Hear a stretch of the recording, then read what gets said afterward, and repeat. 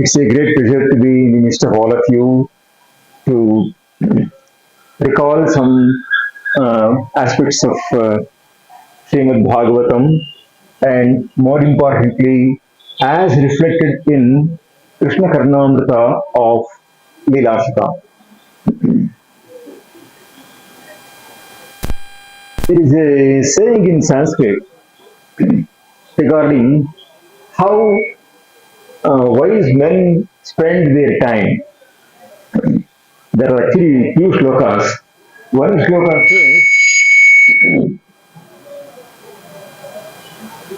Kavyashastra vinodena kalo gacchati dhimatam yasanena cha murkhanam nidraya kalahena va. So wise men spend their time in Kavya Shastra Vinoda.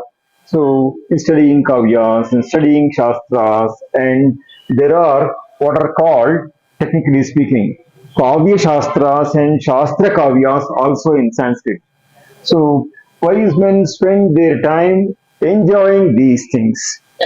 And as regards the ordinary folk, or rather the those who are below average, murkhanam. So the first one is dhimatam, the second one is murkhanam, yasanenacha. So by their addictions, today you can think of the uh, video games as the addictions or whatever. So the Scrolling Instagram reels. Instagram reels and YouTube presentations and so on.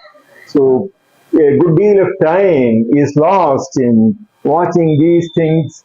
So endlessly. So time it goes on and on and on, and we don't recognize the passage of time. So that is how our time goes away. So if we are not demons, so we do not know how many of us are demons. So our time goes away like this. There is another shloka which says, men of brilliance, once again, dhimatam, kalo gacchati dhimatam. During the morning time, they are absorbed in the game of dice. Wise men.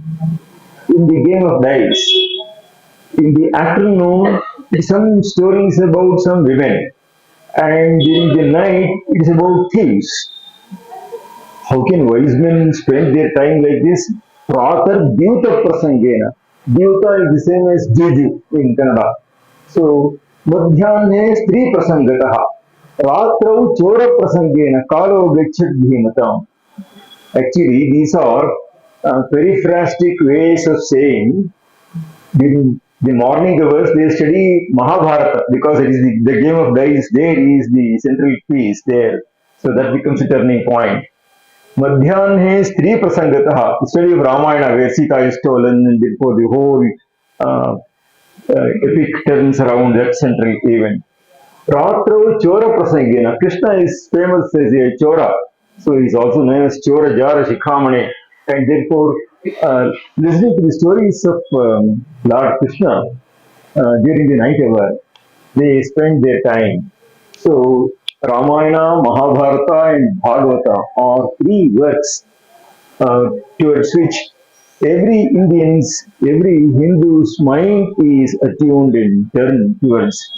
So, much more than ourselves today, this was very well noted by foreigners.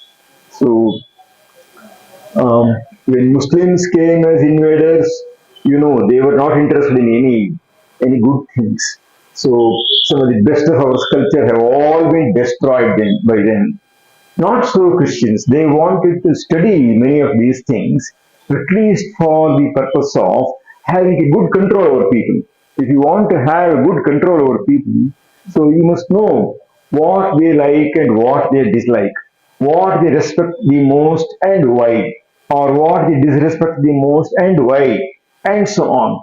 Once you get to know the pulse of the people, it is easier to rule over them. It's because you know what their strengths are and what their weaknesses are, what hurts them most and what makes them regale or enjoy life the most.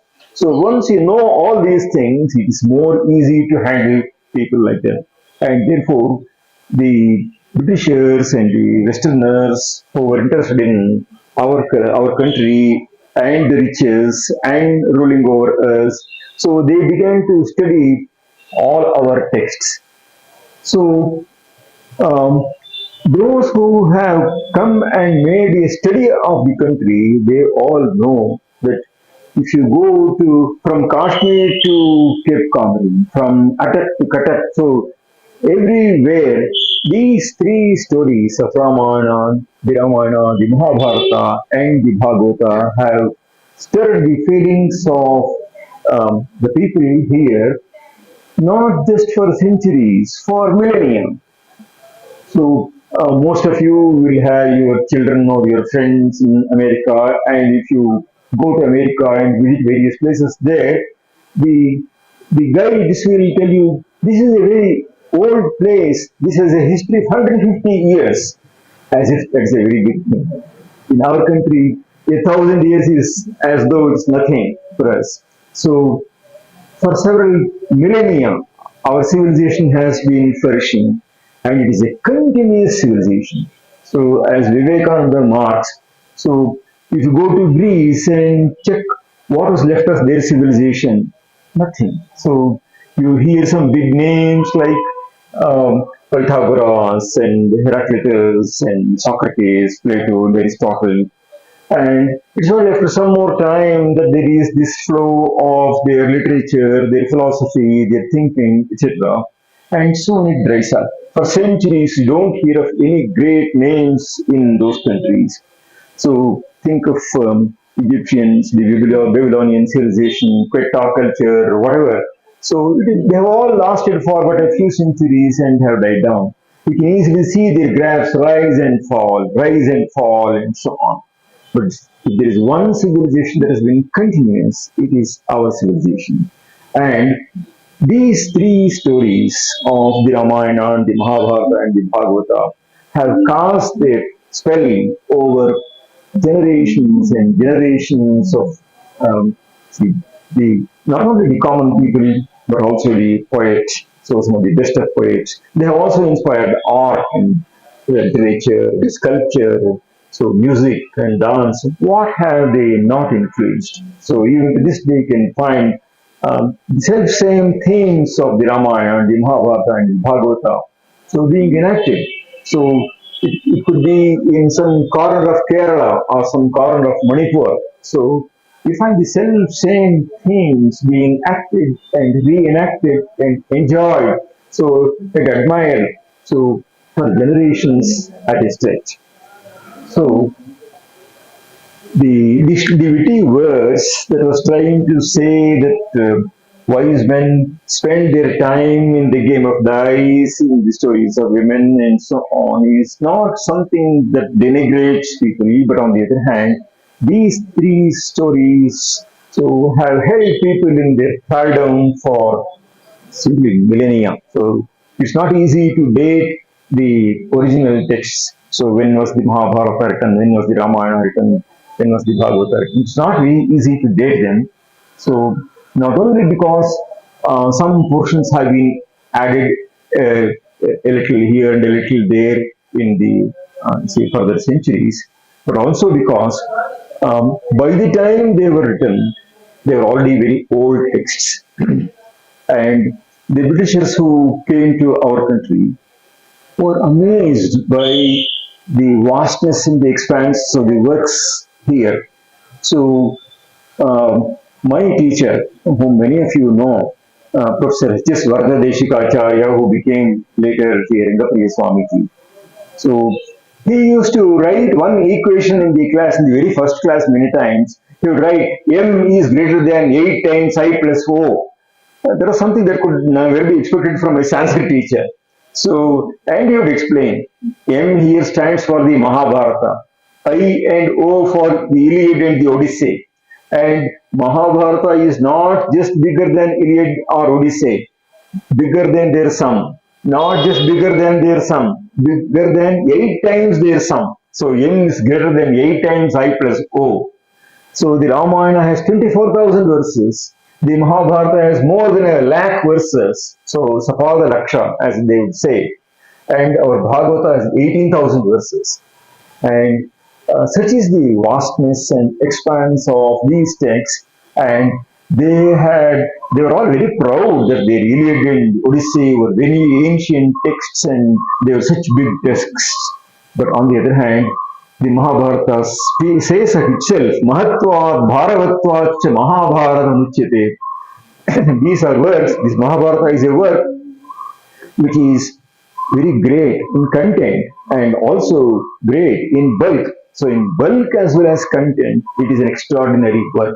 So it's sufficient if a person goes through just the Bhagavad Gita, which occupies a small portion, just 700 verses. So it can all be printed in about 60 pages. So, but it gives the quintessence of the message of our culture and those who have enjoyed them, and among them are some of the greatest scientists. For example, Robert Oppenheimer, so Einstein, many scientists have been able to appreciate this text.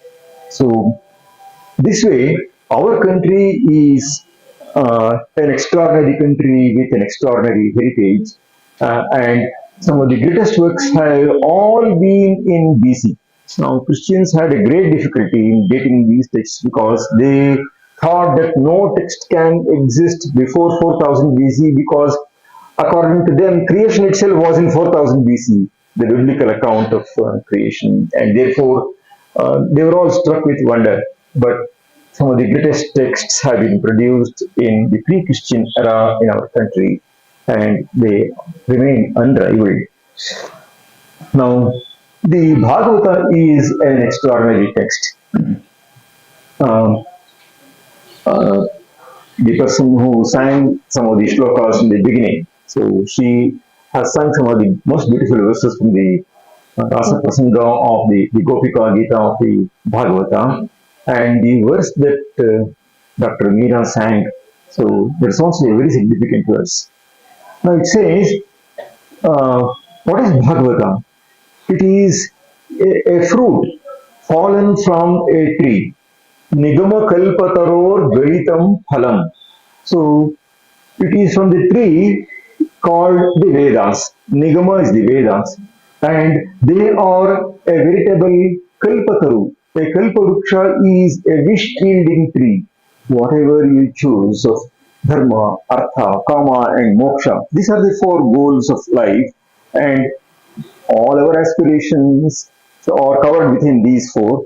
And the shloka says, this is a kalpavruksha. The Vedas constitute a kalpavruksha, and any of these can be obtained. All of these can be obtained by the pursuit of this. And Nigama kalpataror galitam phalam. Now it's a tall tree, and I am a dwarf, and therefore I can't reach out to the tree. No, don't bother about that.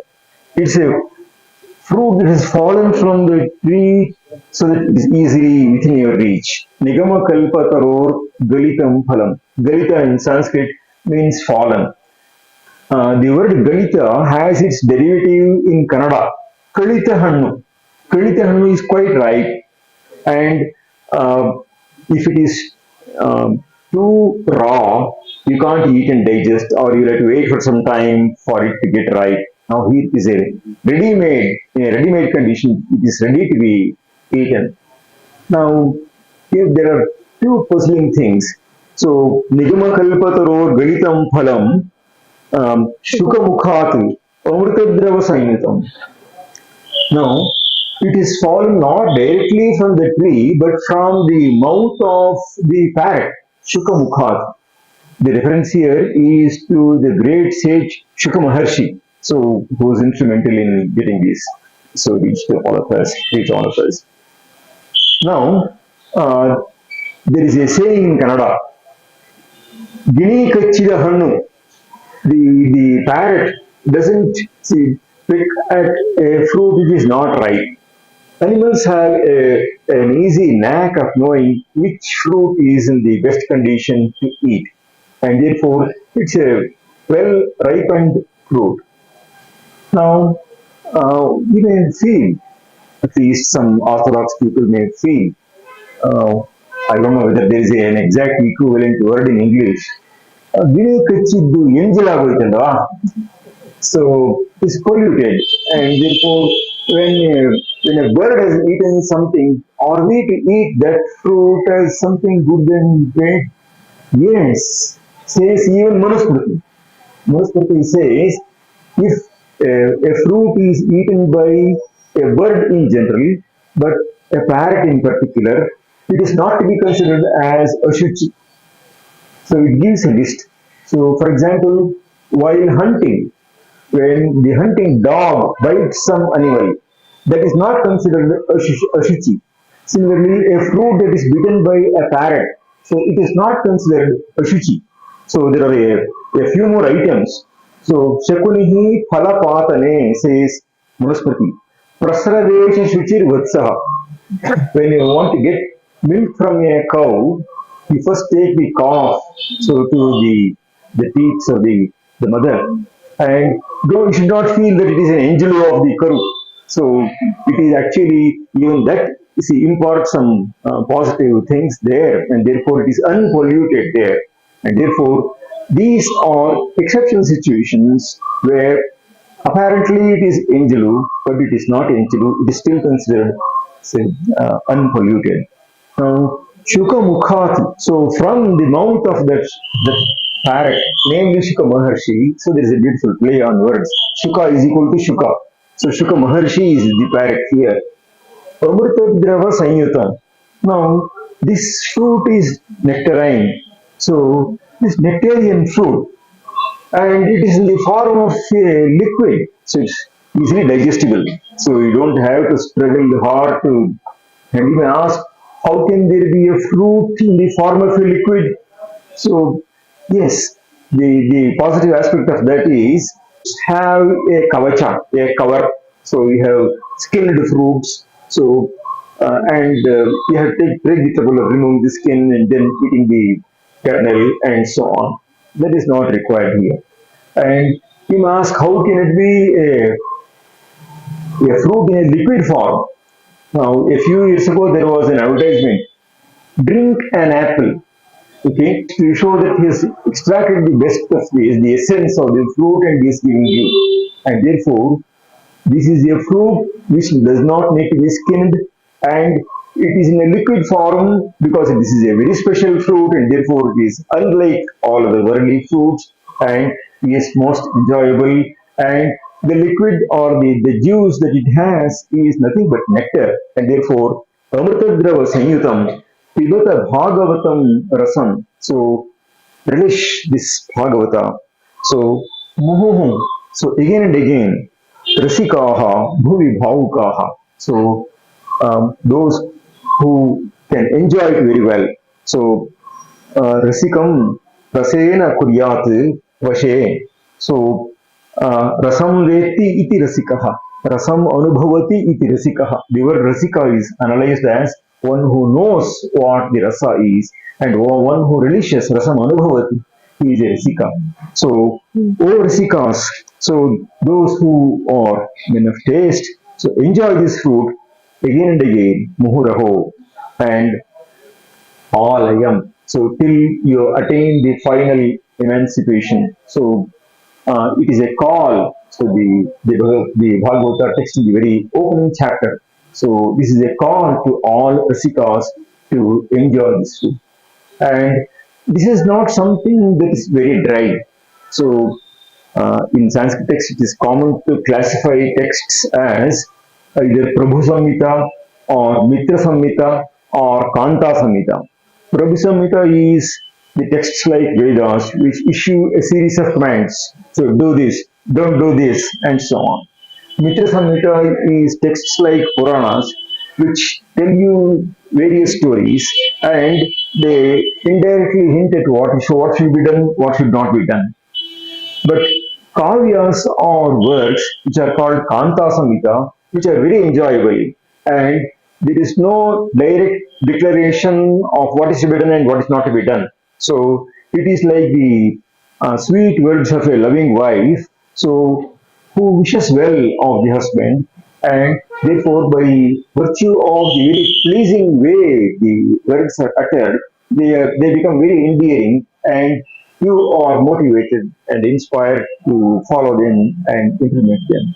And therefore, this is a text which combines all the three features of Prabhu Samhita, Mitra Samhita, and Kanta Samhita, and therefore it's a long story full of many turns and twists and suspense, and to use your modern parlance, full of even sex and violence also. So, and it is all the rasas, the nine rasas. It's not merely Shringara and Veera. So it is all the rasas, and therefore this is a text of great relish, and therefore the Bhagavata itself gives a call to all the bhavakas to enjoy this text. And the word Bhagavata is not only for this text, but whoever is devoted to the Lord, so he is a Bhagavata. And there is a shloka which says, these are all the great Bhagavatams. The shloka says, Prahlada Narada Parashara Pundarika Vyasambari Shashuka Shaunaka Bhishma Dalbhyam Rukmanga Darjuna Vasishtha Vibhishanadin Adin. So more than see these. So Bhaktaniman, Parama Bhagavatan Smarani. So all of these are Bhaktas. And what is more, even Shiva is considered a great Bhakta. It says, Hastekshamala Hridi Rama Tattvam. We look into the life of the way of portrayal of Lord Shiva. He has Akshamala in his hand, Japamala. Hridi Rama Tattvam, Jihvagra Bhage, Vara Rama Mantraha. He utters the name of Rama. You know that whoever dies in Kashi is not going to be born again, because Lord Shiva is said to whisper the Rama Nama in his ears, and therefore Jihvagra Bhage Vara Rama Mantraha Yen Mastake Keshava Padatoyam. So he has the Padatoya or the Pada Jala, the feet washing Lord Vishnu. So upon his head, it is to say the river Ganga, and therefore Shivam Mahabhagavatam Smaran. So I bow down to Shiva, who is the great Bhagavata. And there is also this famous song of Purandaradasa. So Chandrachuda. So in the Chandrachuda, Shivashankara Parvati Ramanane Ninage Namo Namo. it has this line, Koradalu Bhasma Rudrakshava Dharisida Parama Vaishnavano, meaning your Lord Shiva himself is a great Vaishnava, and therefore we find that Lord Shiva himself is a great Bhagavata, and therefore Bhagavata stands not only for the text, but Bhagavatas are those who are devoted to the Lord. So this is the greatness of the word Bhagavata and the text Bhagavata. There is a witty verse in Sanskrit which also says there are many Shastrians so who are devoted to the son of Vasudeva and very few to the son of Vasudeva. What does it mean? Shastrino bahulas santi Vasudeva suterataha. Shastrino viralas santi Vasudeva suterataha. Vasudeva's son is Vasudeva. The tragedy of today's education is, in English, you don't have the differentiation between a and a. So, if you write Vasudeva, it can be read as Vasudeva. If you write as Vasudeva, still it can be read as Vasudeva. But the two are different in Sanskrit. Vasudeva stands for Krishna. So, and Vasudeva is his father. And Vasudeva's son is Vasudeva. And Vasudeva's son is Manmatha. And people are interested in Vasudeva's son means they are interested in Kama. So it is that people are the more attracted and not to the son of Vasudeva himself. Now, in this text, the limits of Kama are also very well portrayed. See, the Bhagavad Gita gives a formulaic observation. It says, Kama is not wrong. Okay? Kama is not wrong. Kama figures, see, in as the first place, as the first rank in the Arishad Varga, Kama, Krodha, Lobha, Moha, Mada, Matsarya. Kama also occupies a place in the four Purusharthas, in the third place there, Dharma, Artha, Kama, Moksha. So it is good karma and bad karma. Both are there. So we have to put a full stop to the bad karma and we can pursue the good karma. So Lord Krishna says, Dharma viruddho bhuteshu kamosmi bharatarshabha. As long as karma does not go against dharma, so such a karma is worthy of pursuit. Not merely that, Krishna says that I am such a karma. He identifies himself with such a karma. Dharma aviruddha bhuteshu kamosmi. I am karma. So kamosmi bharatarshabha. So he identifies himself with such a kind of karma.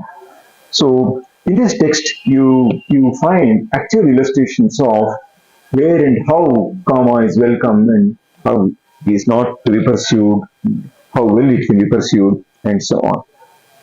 I refer to Lord Shiva as the Bhagavata, but there is also this beautiful sloka in ṣṇa Karṇāmr tam itself, where the author says, I am by birth a Shaiva actually. Shaiva Vayam Nakhalu Tatra Vicharaniyam. There is no doubt about that. Panchakshari Japarata Nitaram Sthitascha. So I am deeply absorbed in the Panchakshari Japa. Om Namah Shivaya is the Panchakshari Japa. Is the mantra. So Cheto Madiya Matasi Kusumavabhasam Smairanam Smarati Bhuvudhu Kishoram. But however, I am so enchanted by Krishna that he is my Ishta Devata. Lord Shiva is his Kula Devata, Krishna is his Ishta Devata, and therefore the whole text is written in praise of Lord Krishna. And the text, ṣṇa Karṇāmr tam Līlāśuka, is a wonderful text. It has got some 300 verses, but it is not a narrative at all. So the verses are all what are called muktaka-s. Muktaka is a free verse. Each verse is independent. So you don't have to know the previous or the succeeding verse to catch the full import. So each verse is a brilliant stroke, so brilliant piece of work, and therefore we can open any page and enjoy that work. And he himself says, there are people who, in order to know God, in order to realize their self, take recourse to various ways. So he says, Upasatam Atmavidah Puranaha Param Pumamsam Nihitam Guhayam. So the Lord is said to be inside the Guha. So it refers to the Hridaya Guha. And the method of getting to know the Lord is through the study of the Vedas and the Upanishads and the performance of yajnas and so on and so forth, which are all rather tough. And therefore, I am offering you an easier way out. Vayam Yashoda Shishu Bala Leela Katha Sudha Sindhushu Līlayamaha. We divert ourselves in recounting the tales of Lord Krishna, the child of Yashoda. So this he considers as an equivalent and equally strong way of pursuing the deep purpose of life.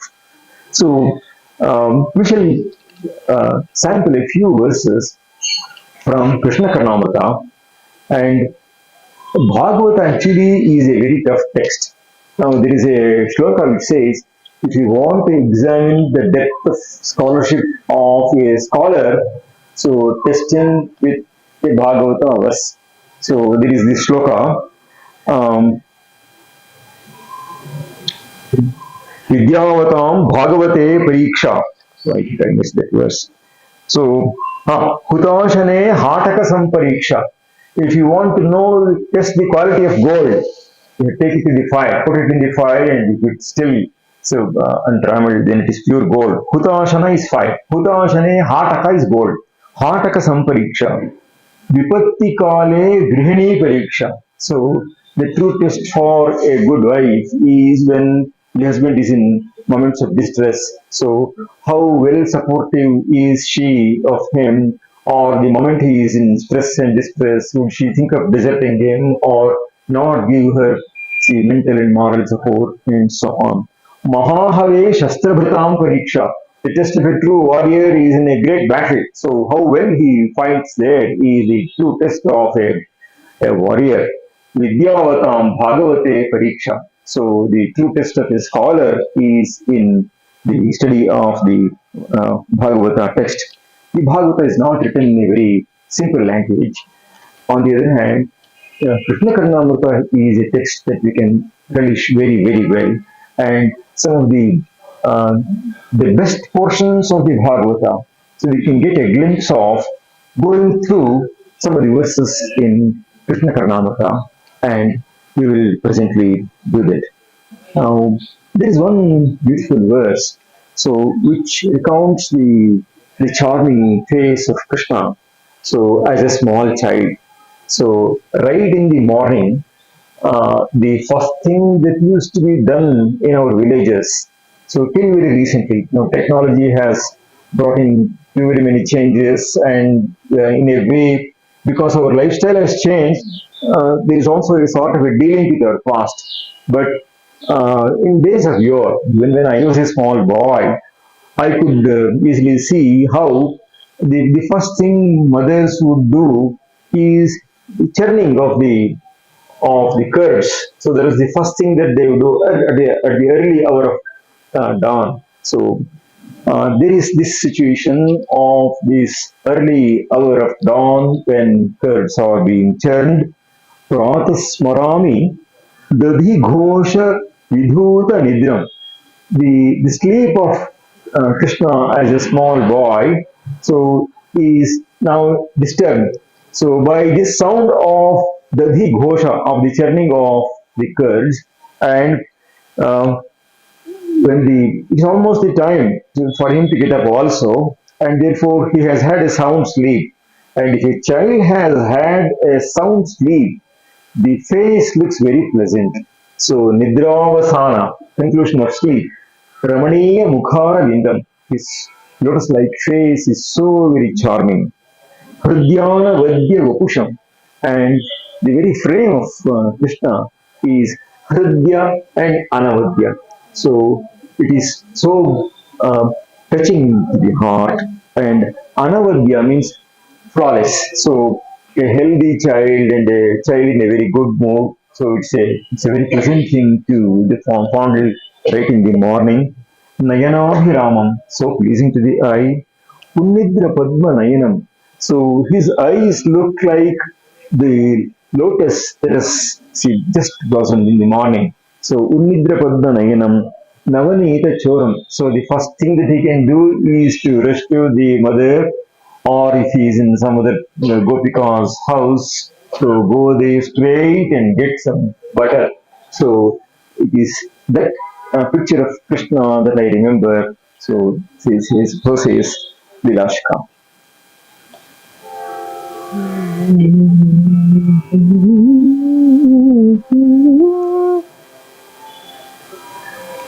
प्रातस्मरामि दधिघोषविनीतनिद्रम्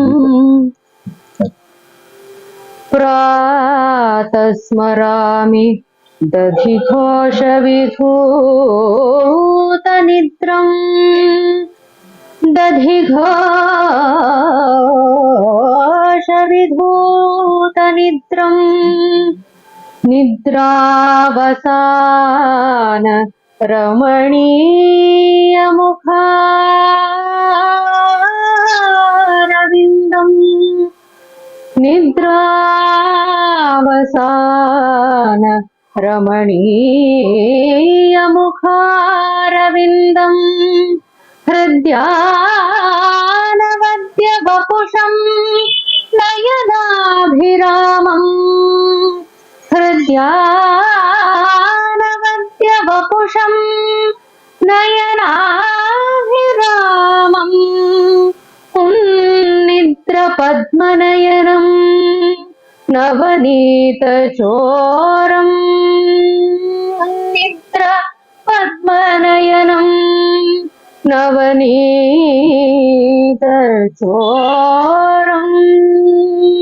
प्रातः स्मरामि नवनीतचोरम्.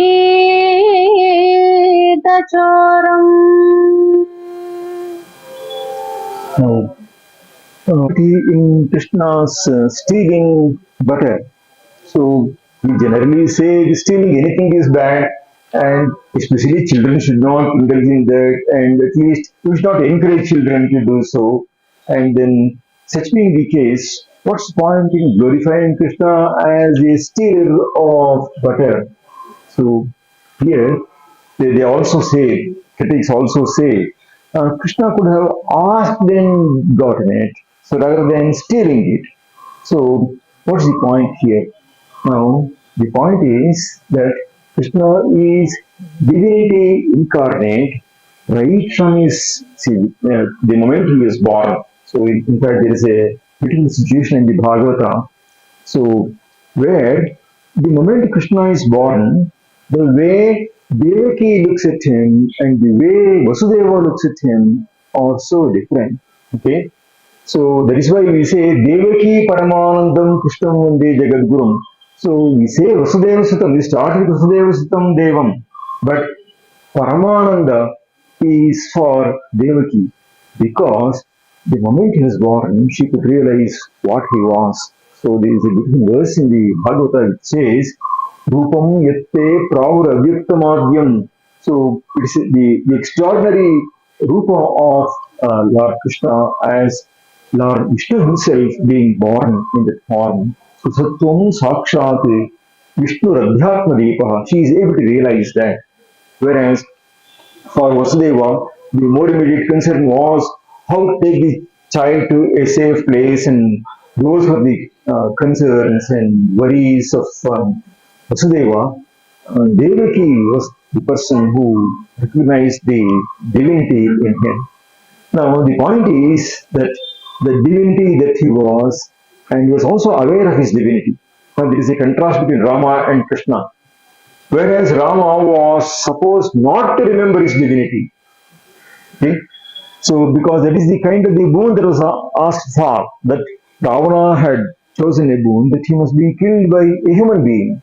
If Rama kills him as a divine being, it won't work because that is the kind of special boon that Ravana has sought and got, and therefore Rama has to kill him as a human being.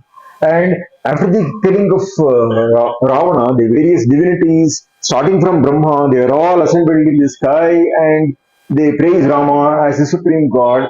And Rama says, Atmanam Manusham Manye, I consider myself as but a human being.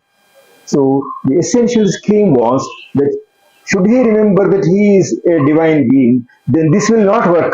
And therefore, the power of the boon was that Ravana could be killed only by a human being, and therefore throughout consistently Rama behaves like a human being, except in extraordinary circumstances, and in no way connected with killing of Ravana.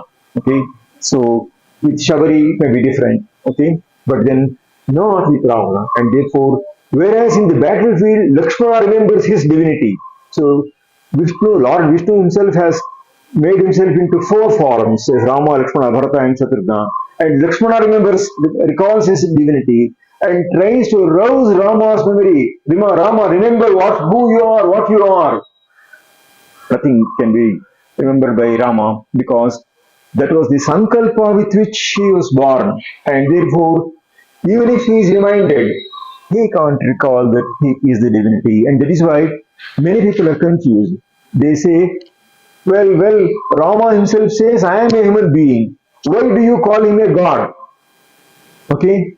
But it's only later that we realize who Rama is.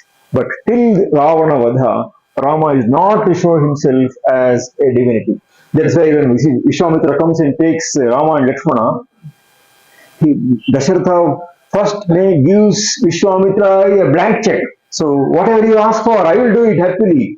And the moment he says, I want to take Rama for this purpose, namely killing of Maricha and Subhav and all that, then he says, Ramu, Rajiv, he's not even 16. I will come, I will send all my army. But please don't ask for Rama. And then it is then that Vishwamitra says, I know who Rama is. Aham vedmi mahatmanam. And Vasishthopi mahatejaha. And even Vasishtha knows. So, and Vasishtha endorses Vasishtha and Vishwamitra were supposed to have great rivalry.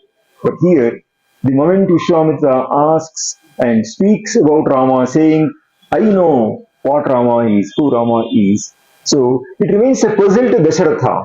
But then Vasishtha is very clear that he also knew. So, ye che me tapasisthitaha is the word in the Ramayana where he says that it's not only Vasishtha but others who are established in tapas know the divinity of Rama. And therefore, even if Dasharatha does not know, Vasishtha knows, and Vasishtha says, no, you must send. So you have made a promise and abide by the promise, and that is good for you, and that's good for Rama also, and that's good for the country also. Do send him, and then it's only upon the persuasion of sage Vasishtha that Rama that Dasharatha sends Rama. So then, Rama is not aware of his own divinity till a particular point of time, and even afterwards, unless it is called for very especially. So it's a sort of a designed Manusha Avatara, whereas not so in the case of Krishna, and he is aware of that. And when we make an offering to God, we solicit that his drishti falls on the item that we are offering. Okay? So in our puja, so we offer various things to the Lord. So, and if the drishti of the Lord falls on that, then itself is said to get purified.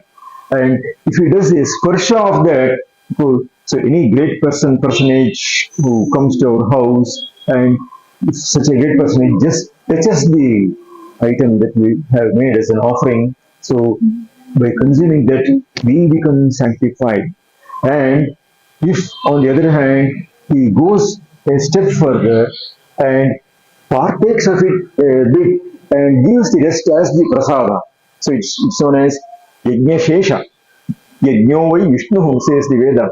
And therefore, Lord Krishna's tasting of the butter and giving it for others to consume is an act of showing this kind of grace. And therefore, the Lord is praised as a Navanita Chora, not because of this being the prank of a child which has stolen this, stolen that, and so on. So, of course, there is a beauty even in that when kids do smart things, so we do appreciate and enjoy and all that. But here is an important secret there, and this being the divinity of Lord Krishna, and the Lord Himself being aware of His being an avatara all through. So, there is a point there.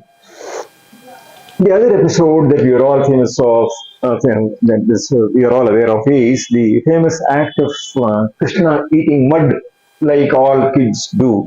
So then there is a complaint. So there is a shloka in the ṣṇa Karṇāmr tam where it says somebody has gone and given a complaint to Yashoda. Krishnena amba gatena rantu madhuna mrud bhakshita svechya, eaten a lot of mud. So, Satyam Krishna, is it true, Krishna? Yashoda asks. And Krishna asks, Kayamaha, who told you that? So, then he says, so, here it is, Yavamaha Musali. So, that is Balarama told it. Then Krishna retorts saying, Mithyamba, no, it's false, mom. Pashyananam. Look at my mouth. I'll open my mouth and you can yourself see. And then Vyadehiti Vidarite. So she asked him to open the mouth and forcefully opened his mouth. And then Shishumukhe Drishtva Samastam, she saw the whole world. Mata Yasya Jagama Vismayapadam Payat Sanah Keshwaram. She was struck with wonder. So may that Lord Krishna protect us. So in the Bhagavata it says, Sa tatra dadrishe vishwam. She saw the entire world there. Jagat sthasnucha kam divam. Jagat is whatever is moving. Sthasnu is whatever is abiding. So we have two types of things in the world. Chara and achara. Chara is whatever moves. Achara is what doesn't. So what has life, what hasn't. So both are there. So Kham Divam, so the sky and the heavens, and then Sadri Dvipabdhi Bhu Golam, so the mountains, and then the islands, the oceans, and the earth, the spherical earth. Sa Vayu, Agni, Indu, Tarakam, Vayu, Agni, Indu, Nakshatras, all these are seen there. Another verse in Krishna Karṇāmr tam recounts the situation very beautifully.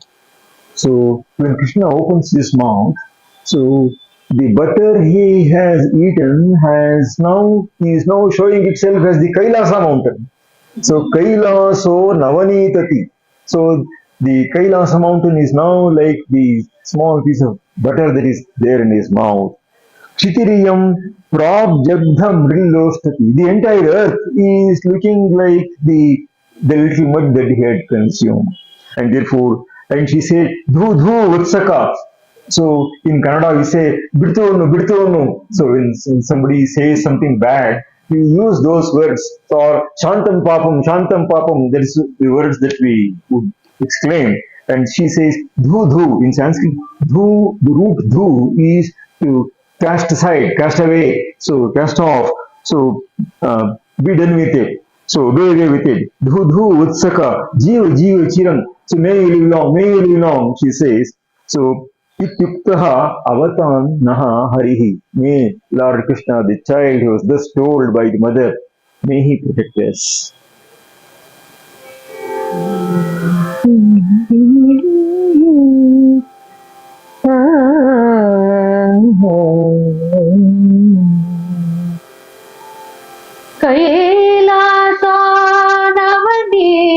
कैलासानवनीतति क्षितिरियं प्राग्जग्धमृल्लोष्टति कैलासानवनीतति क्षितिरियं प्राग्जग्धमृल्लोष्टति क्षीरोदोऽपि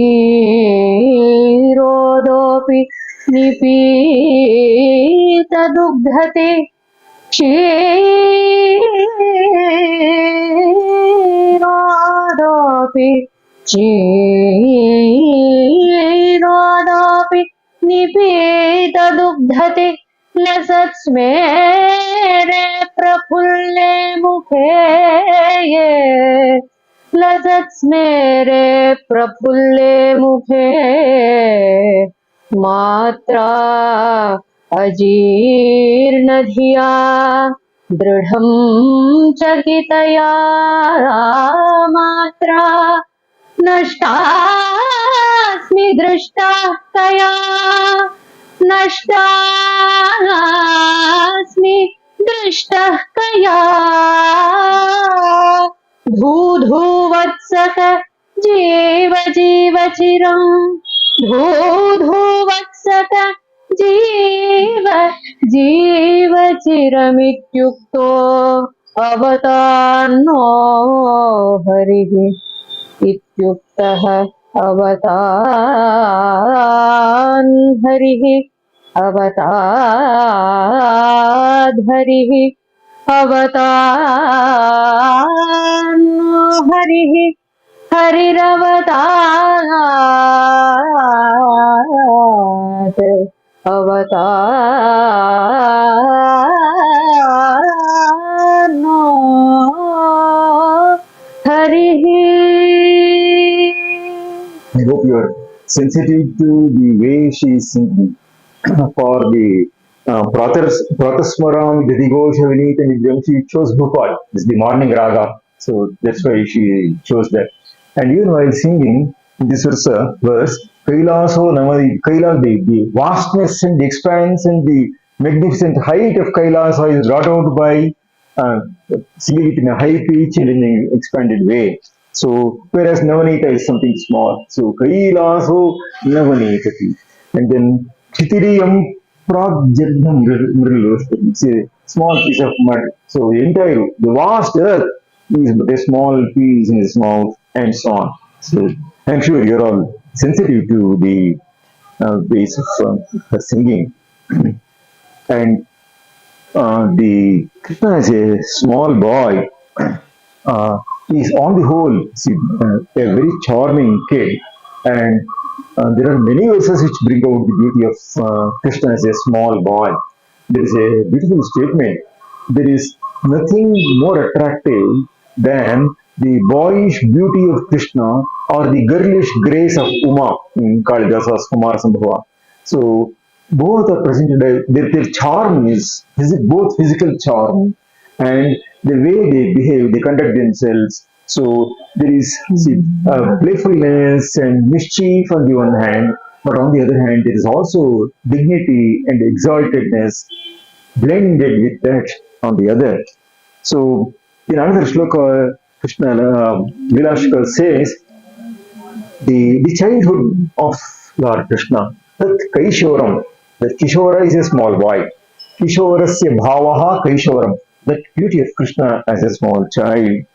Tacha Vaktraravindam, and his lotus-like face.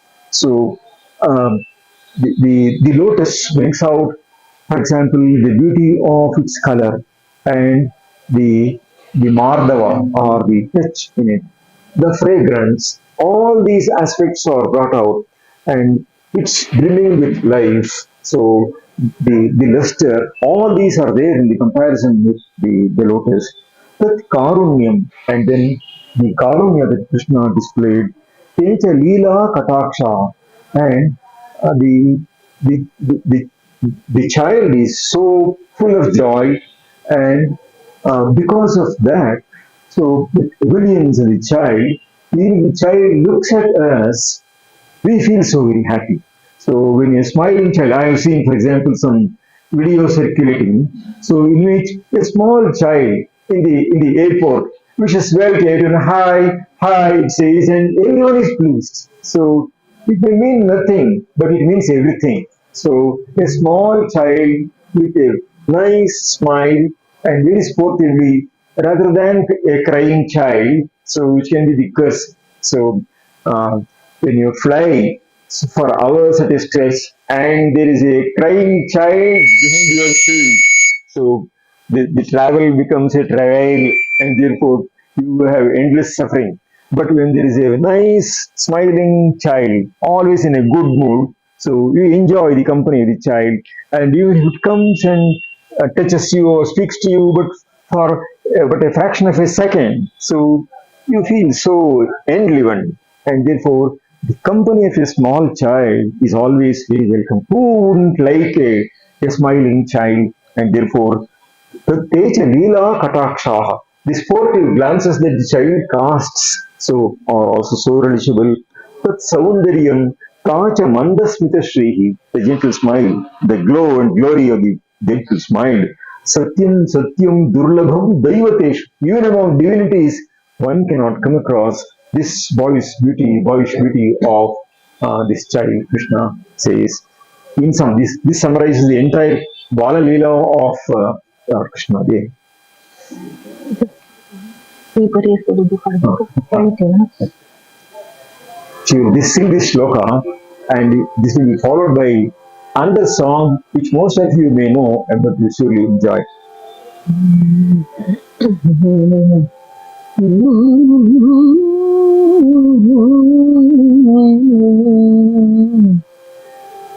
This is the Saveri Raga.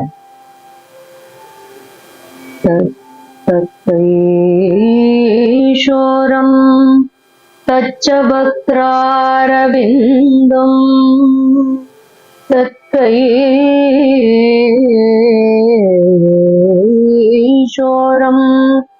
तच्च वक्त्रारविन्दं तत्कारुण्यं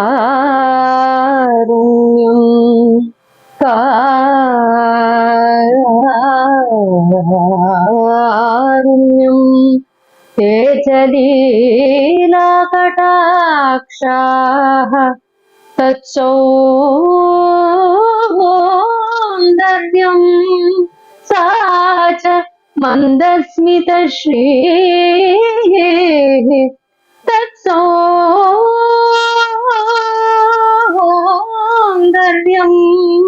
सा च मन्दस्मितश्रीः सत्यं सत्यं दुर्लभं दैवतेषु सत्यं सत्यं दुर्लभं दैवतेषु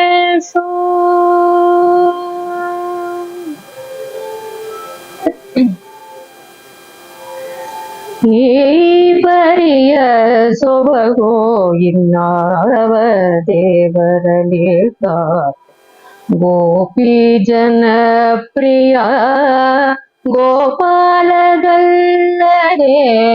ಈ ಪರಿಯ ಸೊಬಗೋ ಇನ್ನಾವ ದೇವರಲಿ ಗೋಪಿ ಜನಪ್ರಿಯ ಗೋಪಾಲಗಲ್ಲದೆ ಈ ಪರಿಯ ಸೊಬಗು ಇನ್ನಾವ ದೇವರಲಿ ಗೋಪಿ ಜನಪ್ರಿಯ ಗೋಪಾಲಗಲ್ಲದೆ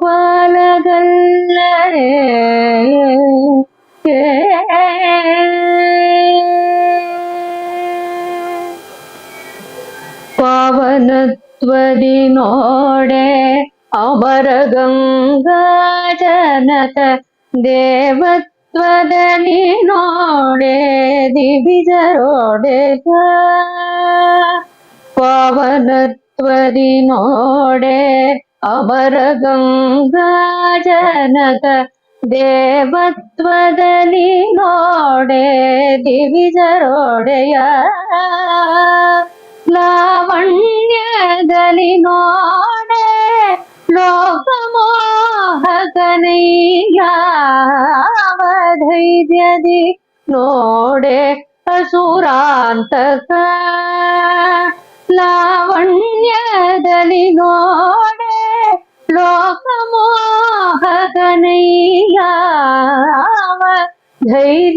ನೋಡೆ ಅಸುರಾಂತಕ ಈ ಪರಿಯ ಸೊಬಗು ಇನ್ನಾವ ದೇವರಲಿ ಗೋಪಿ ಜನಪ್ರಿಯ ಗೋಪಾಲಗಲ್ಲದೆ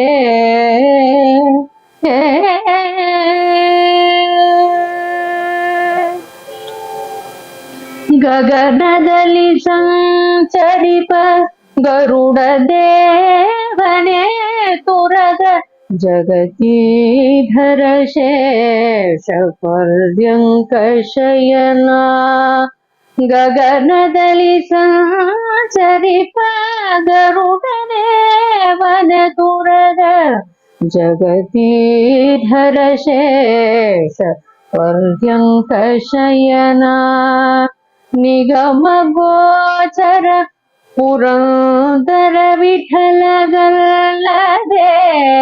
ನಿಗಮ ಗೋಚರ ಪುರಂದರ ವಿಠಲಗಲ್ಲದೆ ಮಿಗಿಲಾದ ದೈವಗಳಿಗೆ ಭಾಗ್ಯ ಉಂಟೆ ನಿಗಮ ಗೋಚರ ಪುರಂದರ ವಿಠಲಗಲ್ಲದೆ ಮಿಗಿಲಾದ ದೈವಗಳಿಗೆ ಭಾಗ್ಯ ಉಂಟೆ ಈ ಪರಿಯ ಸೊಬಗು ಇನ್ನಾವ ದೇವರಲಿ ಗೋಪಿ ಜನಪ್ರಿಯ ಗೋಪಾಲಗಲ್ಲದೆ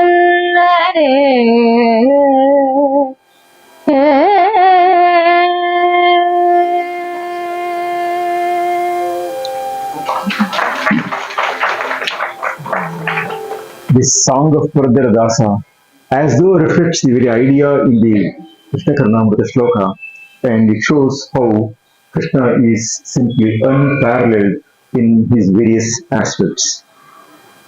Now we go to Krishna the young, and the first thing that he does is slaying Kamsa.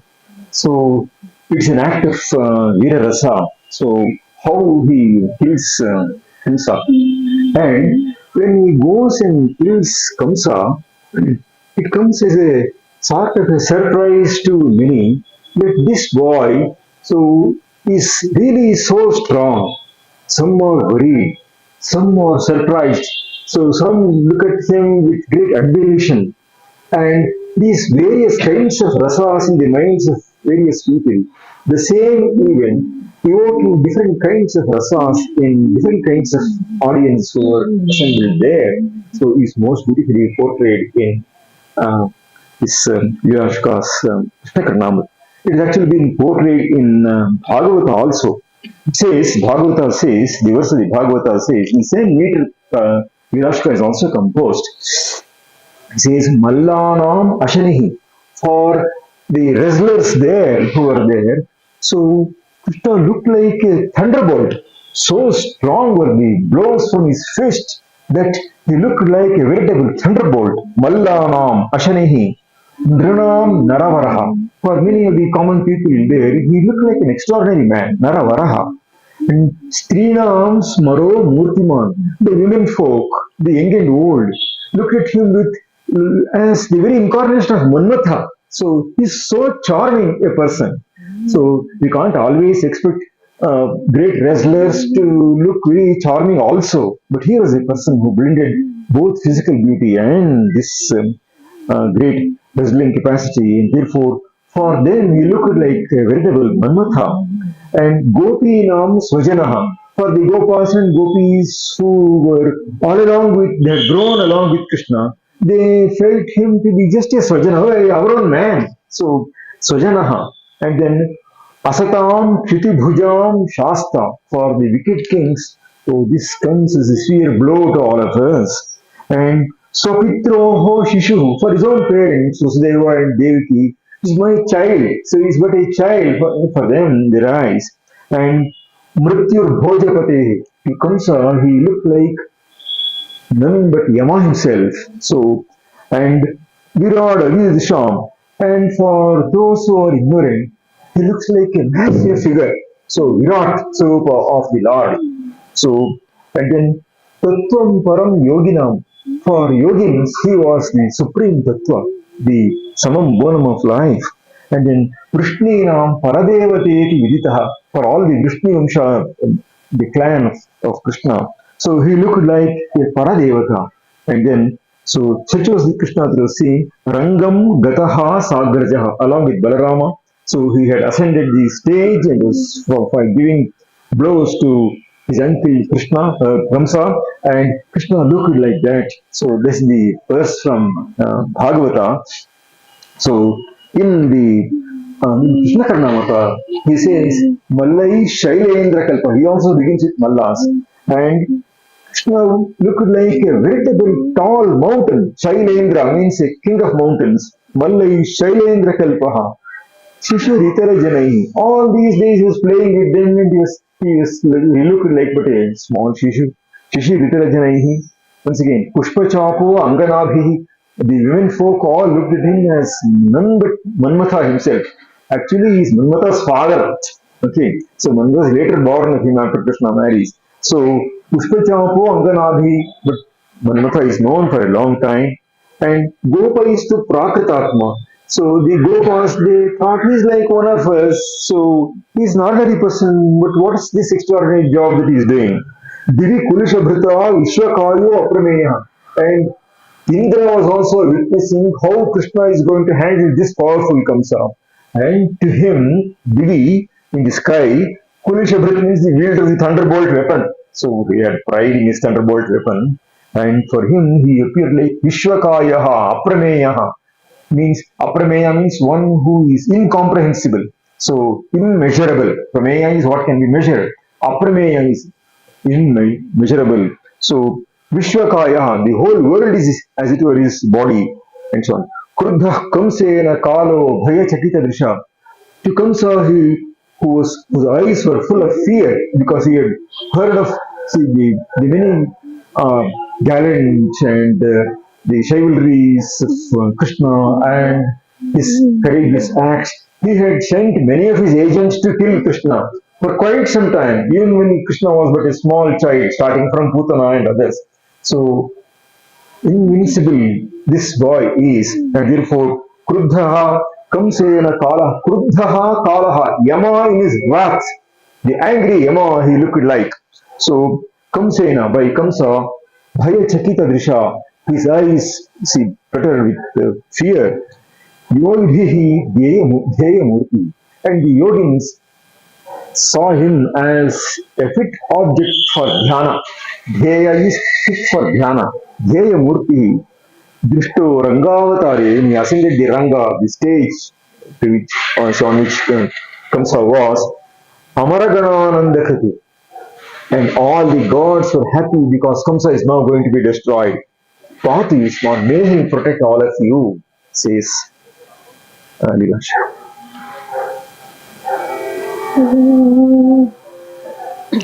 So, in order to bring out the different rasas, she is going to make it a Ragamalika. So, you can enjoy it. Mallai Shailendra Kalpaha Mallai Shailendra Kalpaha Shailendra Kalpaha Shishuritarajane Shishuhu Itarajane Pushpachaponganabihi Pushpachapo Anganabihi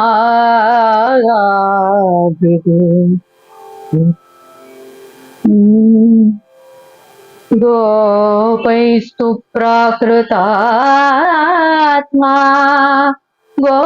Gopaistu Prakritatma Prakritatma Devi Kulishabrata Vishwakayo Aprameyaha Kulishabrata Devi Vishwakayo Aprameyaha Kruddhah Kamsena Kalo Bhayachakitadrisha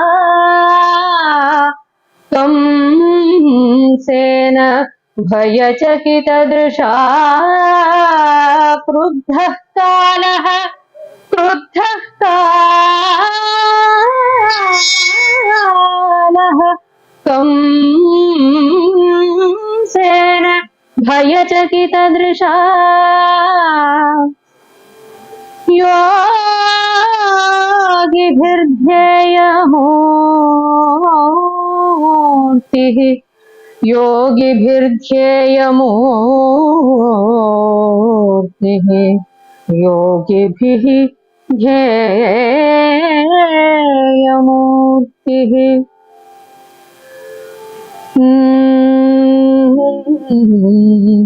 Drishto Rangavatare Harihi Drishto Rangavatare Harihi Amaraganananda Kritpatu Yushman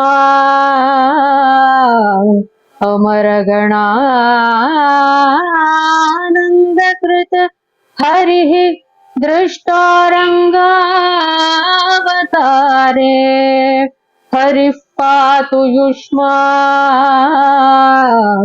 Amaragananandakrit Patu Yushman.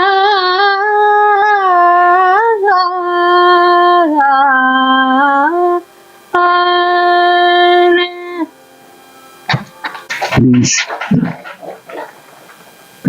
I'll take about 10-15 minutes. Now, one of the most pleasing things in the Bhagavata as well as in ṣṇa Karṇāmr is Krishna playing on the flute. So we have all seen Murali Manohara as the popular depiction of Krishna, and the beauty of that. What is speciality in Krishna playing on the flute? There are so many people in the world who play on the flute and bring out the various ragas and so on. What is the specialty in Krishna playing on the flute? So, in what he excels as a artist? So that is the question. there is this beautiful sloka which says, which brings out the 10 special effects of Krishna as a flautist. So, while Krishna plays the flute, it is as though the entire world is enamored of that. So, it's a maddening song. Lokan Unmadayan. They are in a state of Unmada, as it were. So, it is so very attractive and it is so very haunting. Lokan Unmadayan. And while on the one hand, that is the effect on the common folk, it is as though it is bringing out the essence of the Vedas themselves. Now, the Vedas are also recited. So, there is a beautiful saying, Chandogya Upanishad begins with the statement, Purushasya Vag Rasa. The quintessence of a man is in the way he speaks. So, Vak is the Rasa, the quintessence of a person. And Vachaha Rig Rasaha. And what is the best speech that ever is there in the world? So it is given by the Rig Veda. And riches Samarasaha. And the quintessence of even Rik is in this, when it is sung as a Sama. So Sama is the source of music, and therefore the Sama Veda is the quintessential singing, and therefore that singing, that recital is the very essence of the Vedas, the way it is sung and so on. So Shrutir Mukharayan, Shruti stands for the Vedas. Shrutihi Mukharayan is as though it's reverberating the Vedas themselves. Kshoni Ruhan Harshiyan, it's not merely on human beings that you can see the effect. Even the plants and trees seem to be thrilled. So Kshoni Ruha is the trees. So they are Harshayan. So they are being delighted. They are full of joy. So that shows itself in certain actions by the trees and plants where there is some movement in their leaves, their foliage, and so on. They are responding to this music. Shailan Vidraviyan. So it is so touching that it is as though the mountains themselves melt.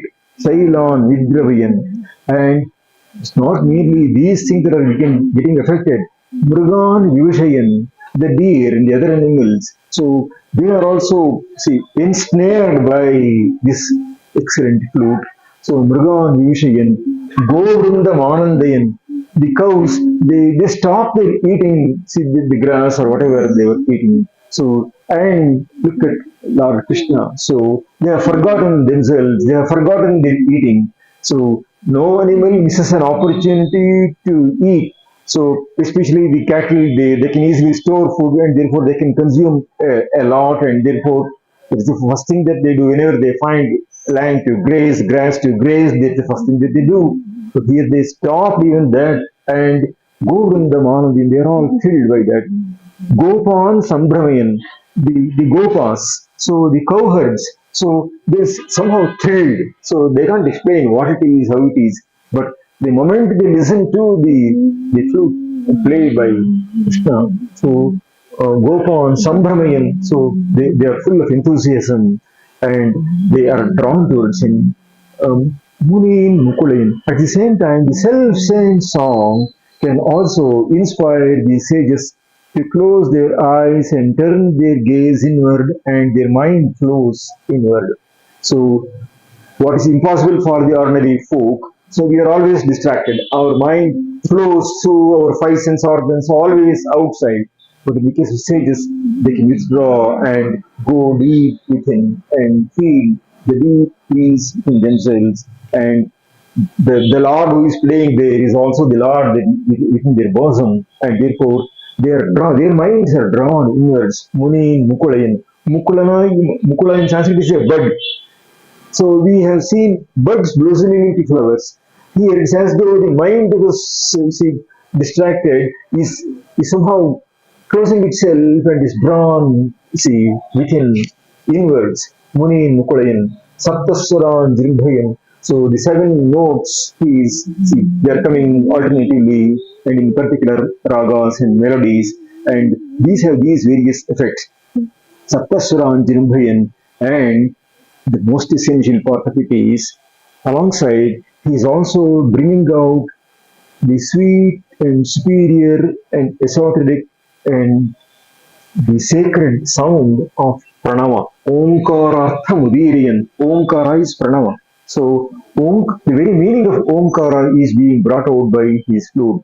Vijayate vamshininada shishoho. So such is the sound of the melody of the flute that is being played by this small boy. Vamshininada shishoho. So even as a boy, he would play flute. These things come untaught. So to the divinities, to the great person, and therefore this kind of play on flute is something that enamels and charms all beings. That Krishna is so called because Karshati, he draws all beings towards himself, and therefore Karshati iti Krishna, and therefore all beings, whether they are the trees and plants, the vegetation, or animals, so or human beings, the ordinary ones, the extraordinary human beings, they are all equally drawn towards, see, Lord Krishna in one way or the other. So such is the charm of the flute of Krishna.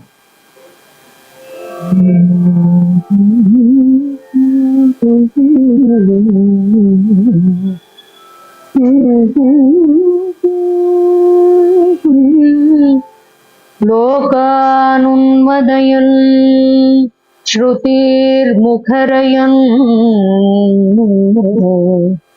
लोकान् उन्मदयन्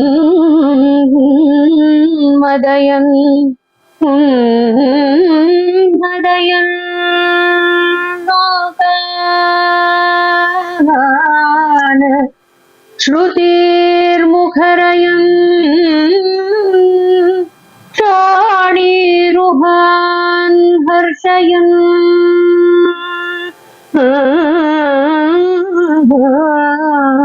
क्षाणीरुहान् हर्षयन् शैलान् शैलान्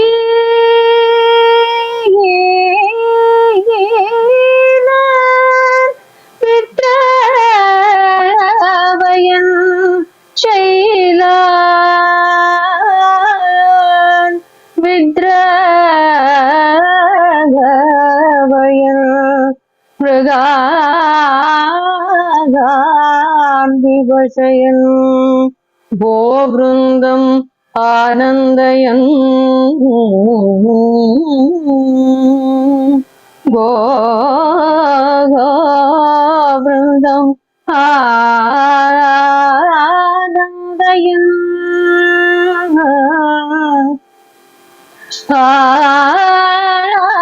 आनन्दयन्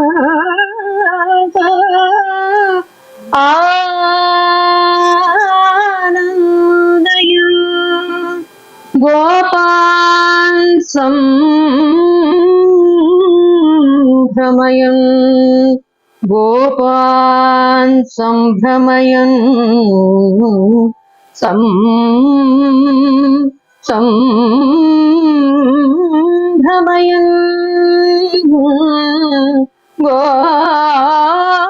गोपान् सम्भ्रमयन् मुनि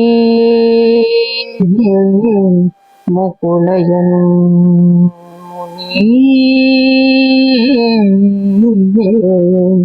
मुकुलयन् सप्तस्वरान् जृम्भयन् सप्तस्वरान् जृम्भयन्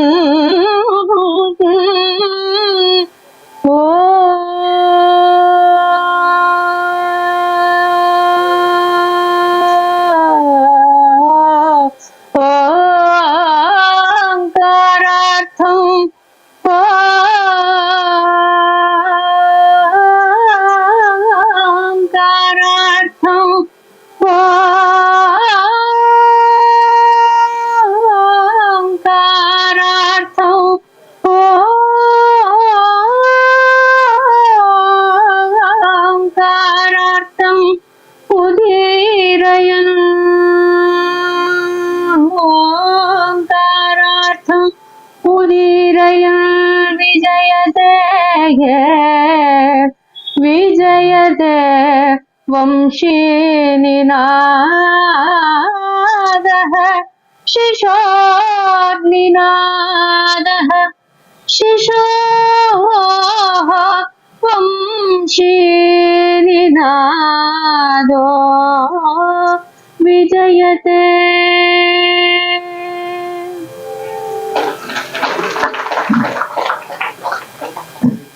My guru, by name Śrī Kr Mahaguru, he had also brought out one Vishesha of the very first expression here, Lokan Unmadayan. So, there is in yoga, if you look into texts on yoga, there is one state called Unmani Avastha. It's a yogic state. So, it's a very high yogic state where the mind is drawn completely inward and upward. In fact, Lord Shiva is also called in the Veda as Manonmana. Manonmanaya Namaha, says the Veda. So, the Unmanavastha or Unmanyavastha, as it is called, is an exalted yogic state. And he has commented on this verse and brought out the beauties of the verse, some of which I told. And the secret of the Navanita Chaurya of Krishna as a child was also the ones that I told, was also explicated by him. And this shloka brings out my master was a great yogi and he had a first-hand experience of many of these things that are explained here. And the Unmanavastha and then this the Omkarartha, these things were all a matter of practical experience for him. And he had enjoyed these words and he would himself see these words. So that is the shloka. And the another verse of ṣṇa Karṇāmr tam says, this is a beautiful verse which addresses the flute of Krishna. Ayi Murali, oh flute. It is a request to a flute. We make requests to the Lord, but here is a verse which makes a request to the flute. Ayi Murali, oh flute, I have one request with you. What is the request? When Krishna plays on you next, Ayi Murali, Mukunda Smera Vaktrara Vidya, the smiling face, the smiling lotus face of Krishna. So you go there, so you have the proximity. You are most fortunate in being proximate to his face and his very mouth. Mukunda Smera Vaktrara Vidya, Shvasana Madhu Rasagni. So even his breath is very sweet. So Shvasana Madhu is nectarian. And you relish that rasagni because the flute is played by blowing the breath into the flute. Okay? Rabindranath Tagore has written a poem in which he says, "Oh Lord, make me a flute in your hand." And how is a flute formed? By emptying it of all its contents. So it is then that the breath of the Lord can flow through that and the wonderful music can emanate from it. And therefore, it's as long as we hold on to our ego, so the pipe is full and no air can do any magic there. And once the flute is hollowed out and emptied and our ahankara goes away, it is then that the Lord can blow his divine music, his great breath.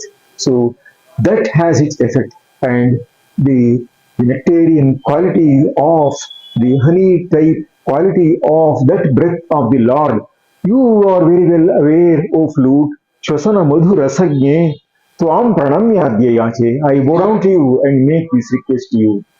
Adhara Mani Samipam Praptavatyam Bhavatyam. When next time you go to the wondrous lips of the lip of the Lord, Adhara Mani. So the Mani is a gem. So the red gem, the Padmaraga, so it is so red in color.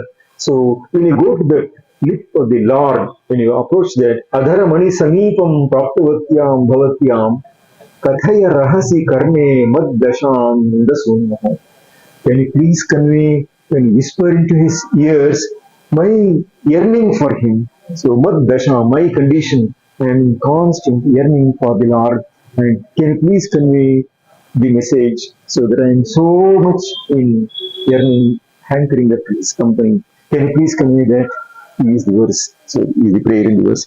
So Ayi Murali Mukunda Smera Vaktravinda Shvasana Madhurasagne Tvam Pranamyadya Yache Adharamani Samipam Praptavatyam Bhavatyam Kathaya Rahasi Karne Mad Dasham Nandasunu.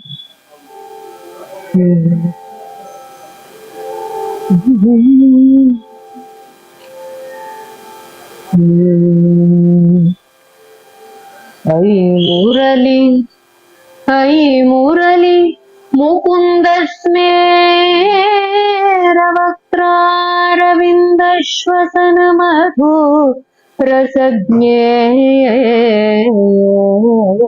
Ai Murali Mukundasmera Vaktraravindashvasana Madhurasagne Tvam Pranamya Adyayache Pranamyadyayache Adharamani Samipam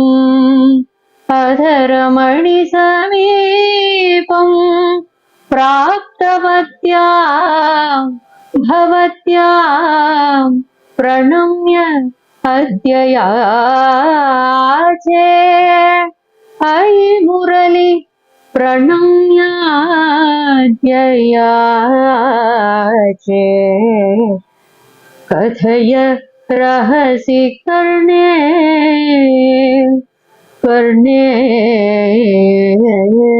Kathaya Rahasi Kathaya Madasham Nandasuno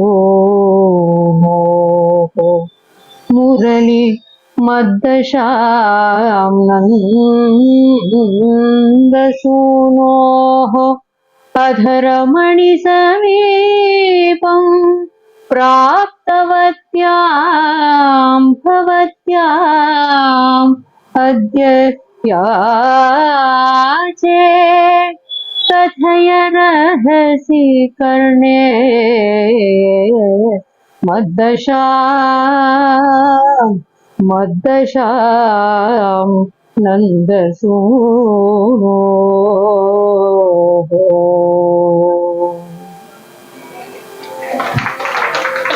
Many charming verses in Krishna Karṇāmr tam.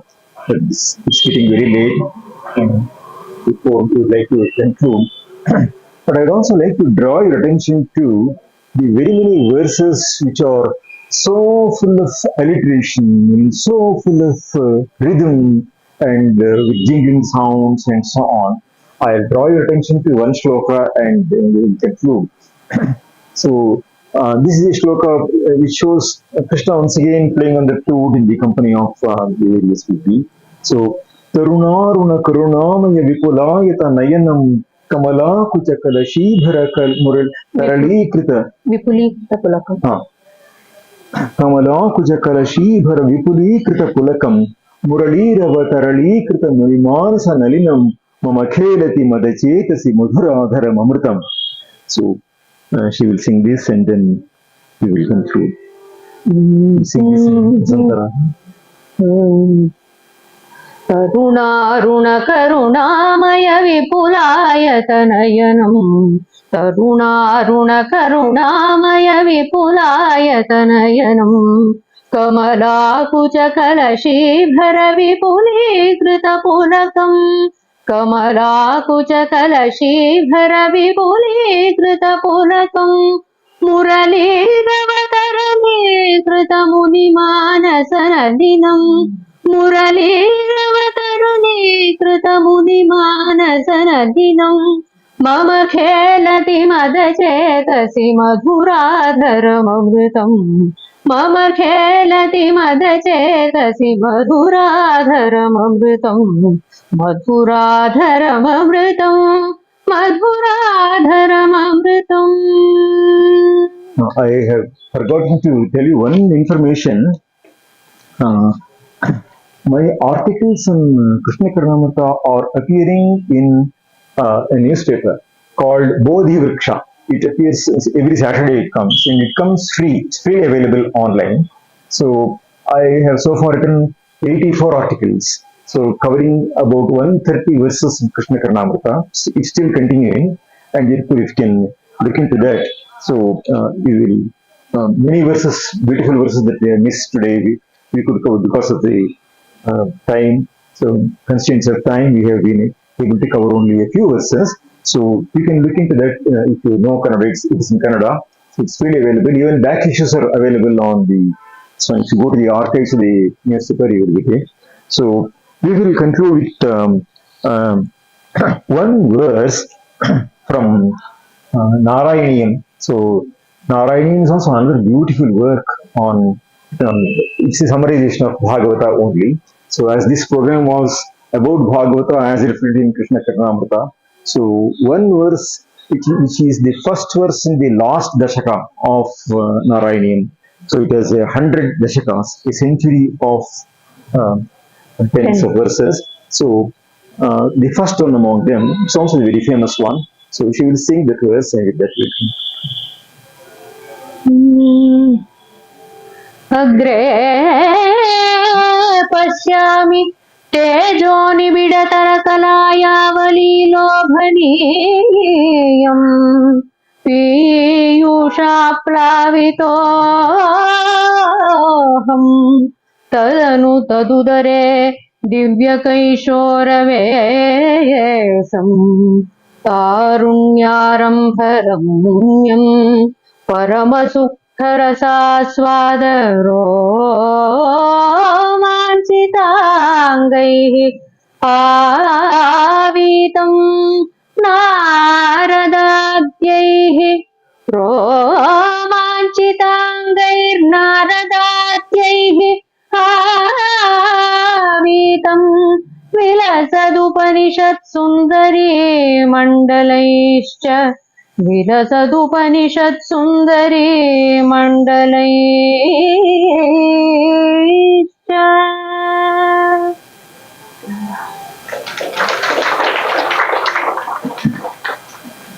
Narayana itself is another excellent work. So it summarizes the Bhagavata in a very charming manner. There are many excellent verses there. So maybe someday we will dwell on that also. Thank you for your patience.